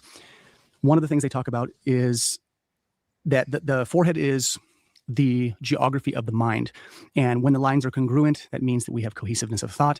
If we have visible forehead wrinkles, something that I've been learning about in the past couple of weeks from Chase Hughes was he talked about how this is a sign of a person who's looking for social approval. And then if we're seeing forehead lines, especially at rest, but when the forehead moves a lot, this is typically a sign of someone who's very social, someone who is socially intelligent, who connects with people and like says, hey, how you doing? There's movement in the forehead. You guys, when I heard this, I was like, yes. You guys always talk about how I don't even have to talk sometimes. You guys could just tell how I'm like feeling because of I'm very expressive. Somebody will say something, I'm like, what? Or, you know, so look at all my wrinkles. I mean, I don't know. Does this mean I'm a psychopath because you don't see them as, oh, wait, there you go. Okay, got them. But I'm very expressive. And the point here, more instead of just looking at the wrinkles here, is looking at the eyebrows. So the fact that my eyebrows go up, down, up, I can never get Botox because I just couldn't. I had a cousin when I was a kid. He ended up getting shot, but I could feel it. His eyes were scary. Yes, he scared you as a kid. Yes, there's just some of those people that you just look into and you're like, oh my God. Oh, Cuffy says your face is beautiful and expressive, never change. I love that. Thank you. So watch what he says about Nick and then we'll wrap it up. And when you don't see movement in the forehead, when you see a blank forehead, Chase Hughes has talked about this, and also in face reading, they talk about this in kind of a roundabout way, but there is an emotional stasis or stagnation. There is a repression of emotions. Things aren't moving as well. And someone who is typically not very intelligent in the social sphere, they don't have a lot of social connections. So the blank forehead is sort of like a person who does not emote or express enough. If we do not express and we don't really process and we don't emote properly and the face doesn't move and the emotions don't move, we're sort of like a pressure cooker. When I was looking at his photos, now mind you, I think he's only 32, but these lines typically are visible. They can be visible as early as the teens, 16, 17, 18. My daughter Gianna has it, and wait till I tell her, because I was always like, oh girl, you're like older than me. Like, I mess with her or whatever. She obviously is gorgeous. She is not one. But I think that's what he's talking about here. Even in her teenage years, it's not that it's wrinkles, like old lady wrinkles, it's expression. You can see these lines forming from someone who is moving their forehead and eyebrow flashing, right? They're doing this when they talk. He doesn't really have any. All the pictures are this blank forehead. So right. And so again, this can have ties to sociopathy and psychopathy, because essentially the person doesn't. Look over here. He has I have to start putting these in my videos. So I think these are called cards or whatever. So he has a card here that you could click on, and it says sociopathic and cautionary facial features. So this isn't like his only video. He has many videos. But again, I thought that this was an interesting pickup because I was like, wow, I get it. I know what you mean. And if you look at other, like I was thinking about like Chris Watts and stuff, like if you think about others, like even Bryan Kohberger, like just put, you know, the next person that we've covered over here, and it's like, oh wow, like I know that sometimes people say something about like the forehead or whatever, but this is very specific, and I learned a lot when I watched this, so I think you guys should definitely go and subscribe. His name is Grayson Estrada, and please let him know that you came from the Minds Behind True Crime with Dr. Vona, so he finds out who we are and so that he doesn't copyright strike me. Grayson, we're trying to get you more views here, so please, we have to work together. You could use my stuff. So this is Dr. Grande. So Dr. Grande is interesting. I don't know what he came to the conclusion of. I'm obviously not going to play an entire 30-minute thing. I don't want to like, I've already been on here forever. But I am curious to see what he has to say about the schizophrenia. So let's see if this is something that I should watch after or now. Place one bet for any amount of money, like $1 or $2. Why am I not and they would walk away with millions. You guys, this is a great example of things that this happens. I legit am subscribed to him. He's one of like the first people I subscribed to on YouTube. And it said I wasn't subscribed over the past few days. And I'm not complaining. I know it goes up and down. But a few people told me that they were like, oh my God, it said I wasn't subscribed, and I was. And I'm like, oh my God, that's crazy. Because when I look back on my analytics, there was a few like drop-offs, but then I had, like, if I did the math, I'm like, oh, it probably was just normal. So just always make sure that you're subscribed to your favorite channels because it does matter for them. And for some reason, I don't know if it's like with updates or whatever, but it happens apparently to a lot of people. So just make sure that you're subscribed, because now I know that that definitely happens, because I know for a fact I was subscribed to him. Millions. I know repeated betting, just one bet, and that's it. And they could do that as many times as they wanted. So they could leave that casino with billions or trillions of dollars. Is it possible something like that could happen? Well, I guess anything's possible, but it's really unlikely to the point where that's a fixed false belief. It's a delusion. Now, this delusion might hurt them financially. Okay, so by definition, you guys, a delusion is a false belief. So that's literally a fixed false belief is the definition of a delusion. And if you weren't here yesterday, I actually give the definition of a delusion and a hallucination in last night's live. And my exact words were that a delusion is a fixed false belief. Not connected with violence, usually. So that's an example of a delusion where maybe no one's going to get hurt. Other delusions can be dangerous. As I mentioned, if someone has command hallucinations, if they're hearing voices, for instance, telling them that they need to kill someone, they might listen to that voice. That could result in danger. So Andrea Yates, for example, well, I don't know if she had hallucinations where somebody told her she had to do it. Hers were more of delusions where she had delusions of persecution. And she thought that the devil was coming to take her kids, and that if she would just kill her kids first, that she would like be able to see them sooner in the afterlife. Like she had a whole rationale. And that's the thing, when somebody with schizophrenia commits like this heinous type of act, we usually find out that they thought they were doing something, you know, right. Like they didn't mean to hurt someone. They thought, but here someone gets hurt in the process. What do you guys think about the Melody Buzzard thing? So people were saying that she has schizophrenia and bipolar, or that was a possibility. Does anybody think that could have happened there? I can't believe that case that she shot her daughter in the head. That poor 9-year-old girl. Terrible. So not all delusions are dangerous, but I did a live on it right before this. So if anybody's not familiar, please feel free to watch it. Some have dangerous content. Now, applying this back to Nick's situation, as far as the substance use risk factor, Nick had a history of substance use. This was well known. He reported using heroin and cocaine. If he did have schizophrenia and substance use, that could explain the homicidal behavior. That could be a contributing factor. That doesn't mean he was legally insane. just a contributing factor. What a way to end our live, you guys, by having the doctor validate my video that we started out with. My video was out before this, so just know that, because I feel like we're saying the same things. What about the possible contribution of delusions? Could Nick's delusions have pushed him to kill? Well, other than the media reporting he has schizophrenia, there is no more information about Nick being delusional. I don't know if he had delusions or not. For argument's sake, let's say that he did. Schizophrenia has a strong association with delusions. The types of delusions observed with schizophrenia that are dangerous often come from one of three categories: imminent threat, moral justification, and misidentification. Imminent threat is where the delusion leads the person to believe that other people are out to get them. So that was the one that I was just saying, like a delusion of persecution. So you think somebody's trying to persecute you? For instance, a man might be walking through a grocery store and he looks at the other customers and he thinks they're really aliens who are getting ready to attack him. Like it's a conspiracy, they're out to get him, they followed him to the store, so he might attack them to protect himself. The moral justification delusion is about... So he goes over the three different ones. There's actually more than that. There's like delusions of reference, there's delusions, I mean, there's so many, there's tactile delusions, there's just a bunch of them. So he's giving you three of the delusions here, not all of them. Type of moral code.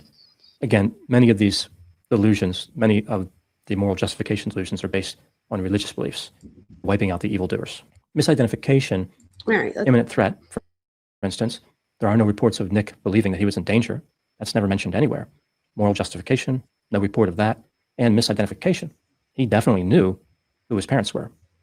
That was part of the problem. Okay, so I don't know what he goes on to say here, and I probably should listen before I say anything, but there are more types of delusions. They're not the only three. So like, I don't know, there's a lot more than just those three. Allegedly targeted them specifically. Another facet of schizophrenia that's really important to understand when it comes to calculating the risk of violence is a condition called anosognosia. This is a profound lack of insight. Now, when people hear about this lack of insight, they think, oh, this is substance use. A man's drinking a lot of alcohol. His friends approach him and say, look, you have a problem. You're drinking every day. You're stumbling around. You're not getting your work done. You're losing all your money. You're losing yourself to abandon you too if you don't clean up your act. And the guy's like, I don't have a problem. I'm a casual. So this is like using defense mechanisms and stuff like that. Drinker, I can stop anytime. That's really the classic line that I've heard many times. I can stop anytime. That's denial. In that example, the man has the capacity to recognize the problem, but they choose not to accept it. Information is absorbed. The man is understanding. He's appreciating what's being said, but then he's pushing it away. Furthermore, denial tends to fluctuate. So the man might agree from time to time that he could have a problem. Anosognosia is much different. With that condition, the man lacks the capacity to recognize the illness. Again, okay, wait, how did he just pronounce it? With that condition, I'm a casual drinker. I can stop anytime. That's really the classic line that I've heard many times. I can stop anytime. That's denial. In that example, the man has the capacity to recognize the problem, but they choose not to accept it. Information is absorbed. The man is understanding. He's appreciating what's being said, but then he's pushing. I'm looking for the word that he says next. Pushing it away. Furthermore, denial tends to fluctuate. So the man might agree from time to time that he could have a problem. Anosognosia is much different. Okay, so what he's talking about there is something that we often see in schizophrenia, where it's a lack of emotion altogether. We see this sometimes with substance use as well. So if somebody is abusing substances or addicted to substances for many years, especially if they were feeling like a euphoria from their substances, they risk later on having an inability to get those same dopamine hits, if you will, from regular things in life, like even meeting, like, like dating someone. You'll even see like where it's almost, you can't hit that same high or that same sense of euphoria as you were able to get to before. And that's what he's talking about there. I do want to just say real quick that again, there's many different types of delusions, but we also have to remember that there are, with psychosis, there's also things like thought insertion. So this is where somebody thinks that like somebody else is thinking for them. So it's like you've inserted, literally, you insert, oh, how about you guys can't see me? Sorry about that. Where you've like inserted your thoughts into the other person. There's also thought withdrawal. So this is when somebody takes your thoughts out. So it's like, well, I was thinking that, and now you took that out of my thoughts. And the biggest one that we see with schizophrenia specifically is what we call thought broadcasting. So this is when other people can hear your thoughts, or they really can't. This is when the person with that's having the delusion, or thought delusion, we would call it. This is where this is something they might be thinking. And we know that there is a big part of our homeless population that are paranoid schizophrenic. And I don't know if people know that, but I don't know the exact number, but it's pretty high. I want to say it's 1 in 4. I wonder if I could, I don't know if I'd get there. I would want to do the research, so don't quote me on the statistic. But a huge part of schizophrenics wind up becoming homeless by choice because of thought broadcasting, and other delusions and hallucinations too, but specifically because they feel like the person that they're living with, their parents, whoever, their loved one, that they're able to now, not only are you trying to give me medications or things like that and change my thoughts, but now I don't even have to worry, like I'm not just worried about that. I'm worried about the fact that I think that I can't even have my own thoughts because you can read my thoughts. And that's a whole different thing altogether. I don't know if he winds up giving us this is probably something I should view it after and maybe bring it next time. Another way that Nick's alleged violent act doesn't fit in with schizophrenia is how it involved external stimuli. This was an interaction with his father that led to it, not internal stimuli. That's unusual. I wouldn't expect to see anger or revenge as a motive. I wouldn't expect to see a stressor based on an interpersonal interaction be the motive. I would expect to see it coming from inside, from the psychosis. So when kind of backing away and looking at all of this, Nick's behavior doesn't really line up with the type of violence one might expect to see with schizophrenia. I actually agree with this, you guys. So I do. I agree with this. I think that's a great point that he brings here, is that it's coming from something external as opposed to internal. And that is a huge differentiation that I appreciate. His pattern doesn't match. There's no reason to think he was acting defensively. He was on the offense when he allegedly murdered his parents. There was a delay between the argument and the murders, and Nick tried to escape afterward. So there's a consciousness of guilt. He knew he did something wrong. When he interacted with people afterward, so he's making that argument there. And again, I don't want to show his whole video, so please go watch that video after we hang up in a minute. But that is so important, right? Yes, y'all go to Discord. We have such a cool Discord, and we have Cuff You has created the best Discord, and we're trying to get Truth to be a moderator over there. So hopefully thought broadcasting can occur, and my thoughts, Truth can read my thoughts and know that she should. I don't know if I just sold that Cuff You, but I tried. Jamie says, one thing I can't understand is if Rob and Michelle are scared of Nick, why didn't they lock their bedroom door? So this is the thing.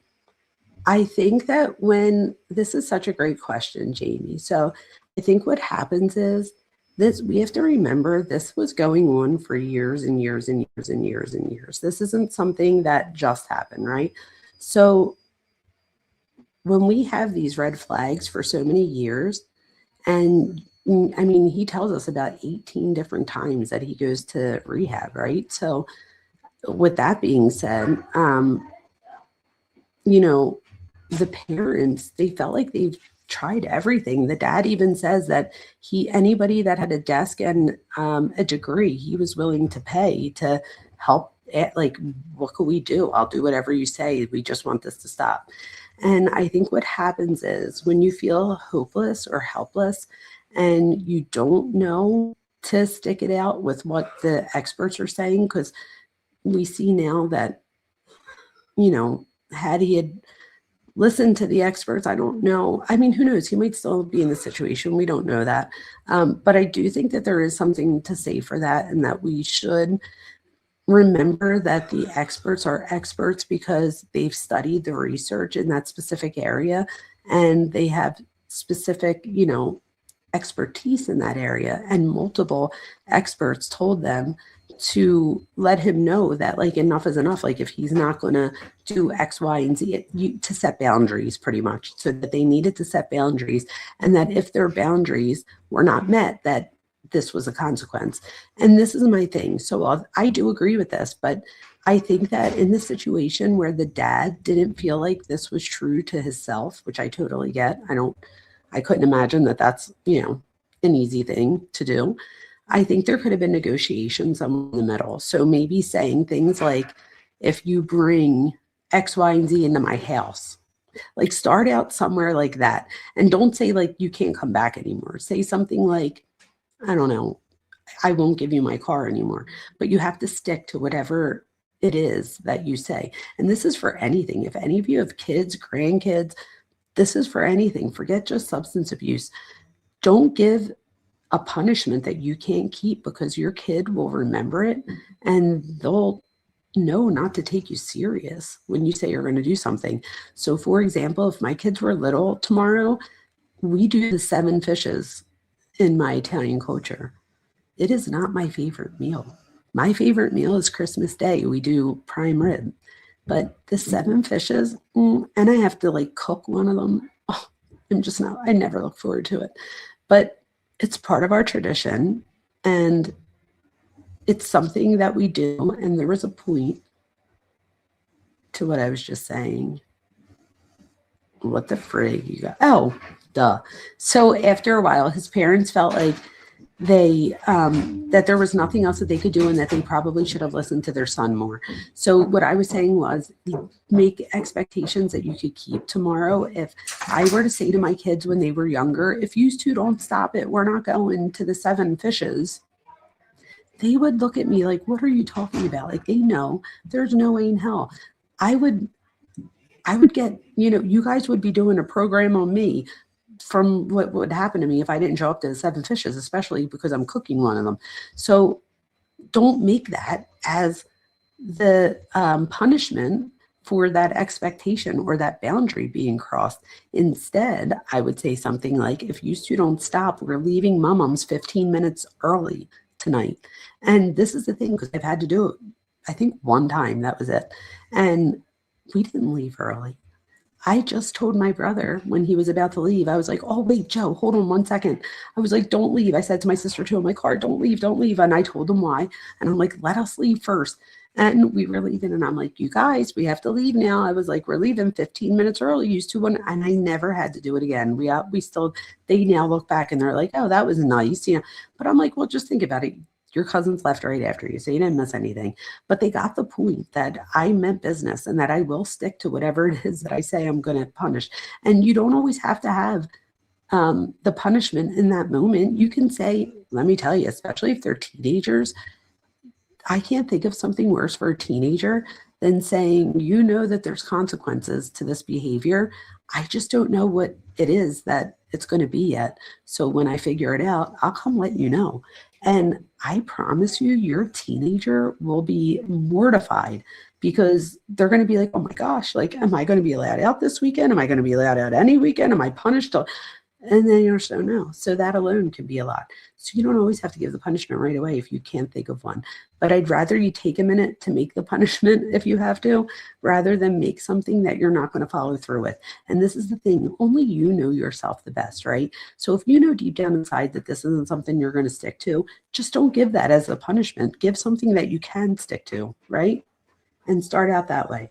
And it's important to make sure that we're starting these things early in life, because you don't want to just start setting expectations when someone's 30, right? So, and the thing is that you can be the best parent and set all the expectations in the world, follow them, and still have something terrible like this occur. But getting back to Jamie's question, so I can end the live for everyone. Jamie, this is the thing. I think, and this is just my opinion because this is what happens often, I think after a while they just felt hopeless and they felt like they've tried everything. And the thing they didn't try was to just listen to Nick and what he wanted. So they start listening to Nick and what he wanted, and we see how that, works out. But I think what happened is very normal. They started to ignore red flags that they would see before. And what's the problem with this when someone has psychosis? Nothing changes as far as their thought pattern. The thing that changes is I no longer am privy to your fantasy once I don't see the red flags anymore. So when I start ignoring red flags, even for survival purposes, for myself to be able to survive, right? Now I'm not part of your fantasy. And if you have these horrible thoughts, I might not know it. Anyway, I'm going to leave you guys with that. You guys Thor's like, come on, it's 12:30. You guys, it's 12:30 every time, isn't it? When Thor starts acting up. It's ridiculous. Anyway, happy Merry Christmas Eve and happy holiday if you don't, celebrate Christmas. Hopefully, I don't know when I'll be back on. Tomorrow's the 7 Fishes, so I'm not promising I could be on tomorrow because I'm going to be cooking all day. And then Christmas Day, we do breakfast and dinner at my mom's. It's ridiculous. We just eat for the next 2 days. But anyway, hopefully I'll be able to, at least stop in on DT's live on Christmas night. And if it's not too late and stuff, maybe I come on then. But you guys have a fabulous Christmas, and I hope you all get everything that you want. Yes, it's past 12. Go to bed. Thank you to my mods. I love you. I love all of you. Thank you, Barbara. Barbara, you have my phone number. 7 fishes and all. I don't give a shit. If you need me in the next 2 days, you reach out to me and I will stop whatever I'm doing happily with the 7 fishes. Don't tell anybody I said that though. But I will happily step aside so I could talk to you even if it's for a few minutes. I love you all. Take care of yourself and each other. And until next time, Merry Christmas.